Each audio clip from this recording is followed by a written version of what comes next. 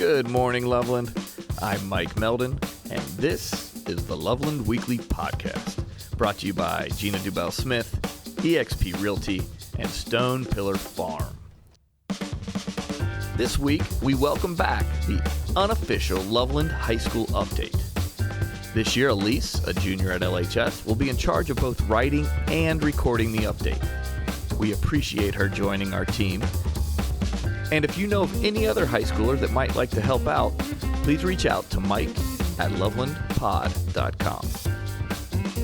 The 6th annual Loveland Art Festival is coming up this Saturday, September 2nd, and it's bigger and better than ever, with more artists, a food truck, and adult beverages.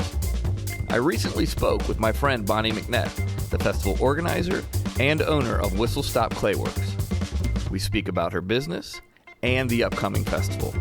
Here's our conversation. Enjoy.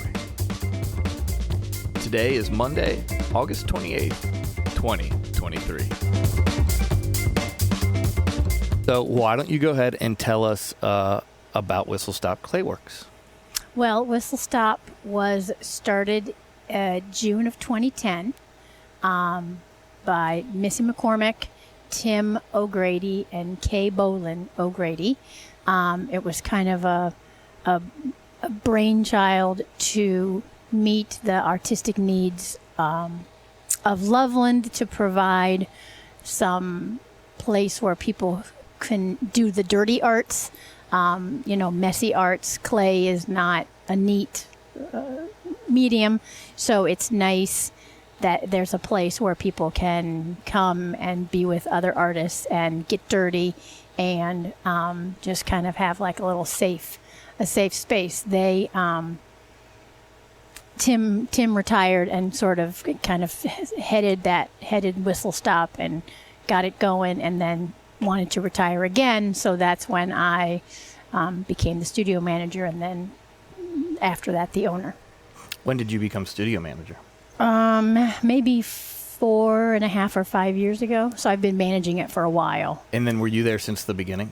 No, I was not. I think I was there like 3 years into the whole grand experiment.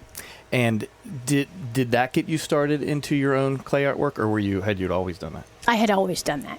Yeah. And it seems so unique to me, this clay works. Are there any other local? Are there other ones around? There are. There is a community studio in Middletown that is pretty well known. There are two big studios down in Cincinnati that are massive compared to what we are. But we have a little niche that we like to think is pretty awesome. It's pretty awesome. It is pretty awesome. So I know that you offer classes and you sell products. Can you tell me a little bit about both of those? Right. So we do offer classes. We offer classes for children. We have a Tuesday after school class that kids sort of 10 and up can be in a Tuesday after school class. We also offer a class called the adult child class, and that is Saturdays, where children, a little younger typically, and their parents or grandparents or an aunt can come and, have an experience with clay with their little pumpkin. We also have classes for adults. We have sort of continuous 6-week classes where you can work on the potter's wheel, you can do hand building, where you kind of come back repeatedly week after week to kind of hone your skills. But we also offer parties and clay and cocktails where it's just a one-night thing where you just kind of come, you kick your shoes off, you have a glass of wine, and you make something. Very cool. And I'll post links to the website later so that everybody can go and check those things out. Now, are those parties, do you guys set those wine parties ahead of time, or can somebody call you and say they want to put one together? Both. So we do have clay and cocktails that are on a rotating schedule where the project is already determined. However, if you go, gosh, I really like that project from last month, but I couldn't make it, all you need to do is get some friends together, and then you can have your own. Very cool. Awesome. All right. Now, what we're actually here to talk about is the festival coming up. Could you tell us a little bit about that? Well, The Loveland Art Festival is in its 6th year. It's on September 2nd this year from 11 in the morning until 4 in the afternoon. And it's 40% bigger than it has been in years past. So we've got 44 booths, we've got 63 artists, we've got a food truck, we've got beer and wine, we've got live music, we've got places for people to sit and sort of hang out, and it's going to be great. And that's all on your property. Right. That's why you guys got such a great spot. It's a great location. Yeah, we've got all those little shade trees that are going to be up, obviously, and people can take advantage of the shade.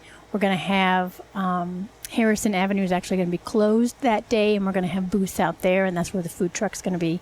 So it's going to be pretty spectacular. It will be very cool. So it is free to the public? It is. It's free to the public. We have special parking areas where people can park. People can just come and hang out. And you're supporting, right here, you're speaking with me who love our land, my organization, and we're at the Grail. And right. This is helping support both of our organizations, so we appreciate that very much. Right. So, we always have a booth that is for the nonprofits. And we'll have some raffles for you guys. You guys will have some, information to help educate people about your mission. The Grail as well. We also have a booth that is dedicated for Loveland High School students, where they, with a teacher, can come and show their work and hopefully sell some of their work. And that is all completely commission-free. Whatever they sell, they get to keep.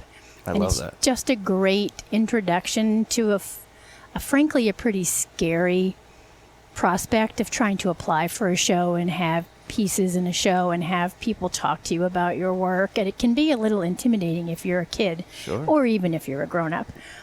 So it's kind of an easy way to kind of help kids get into a show with a teacher and maybe some friends, so it's not quite as intimidating. Very cool. Awesome. Well, thank you for meeting with me. Yeah, it was great. Thanks for having me. Hello, I'm Alyse Snapshaker. I'm a junior at Loveland High School, and this is your weekly Loveland update.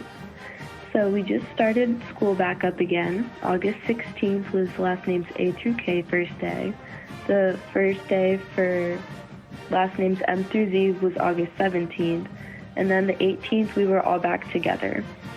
There's not too many things going on at the school right now due to getting back into the swing of things, but there are plenty of athletic events at home this week. There are 2 girls' tennis matches, 2 boys' soccer matches, and a home football game versus Milford on the Friday. On Saturday, there is Loveland's home cross-country meet, the Loveland Invitational. So there are plenty of events to choose from if athletics are your thing. Other than that, at the school, everyone's just kind of getting into the tempo and getting ready for a great year. But I will keep you updated with all the other things happening soon.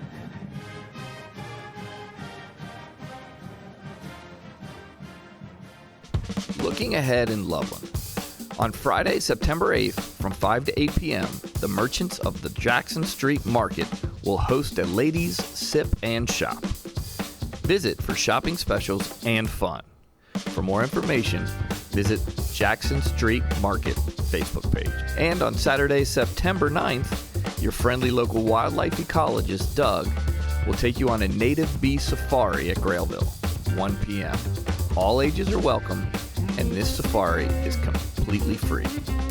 Love Our Land just asks that you RSVP for the event on its website, www.loveourland.org. The James Doss Memorial Foundation, a tri-state area nonprofit focused on helping congenital heart disease bereaved families, is hosting a HVAC raffle. The winner can choose from one of 3 solutions. Go to their website, jamesdossmemorialfoundation.org, to get your ticket and for more information. Also, make sure you come down to the Loveland Art Festival this Saturday, and if you do, please stop by the Love Our Land booth and say hello. If you have an event you'd like to mention, or if you're running for local office and would like to be interviewed, please reach out to me. My email is mike@lovelandpod.com. We have something truly special here in Loveland. Thank you for listening, and have a great week. This episode was produced and engineered by On Brand Studios and recorded at Grailville in Loveland, a special place here locally like no other.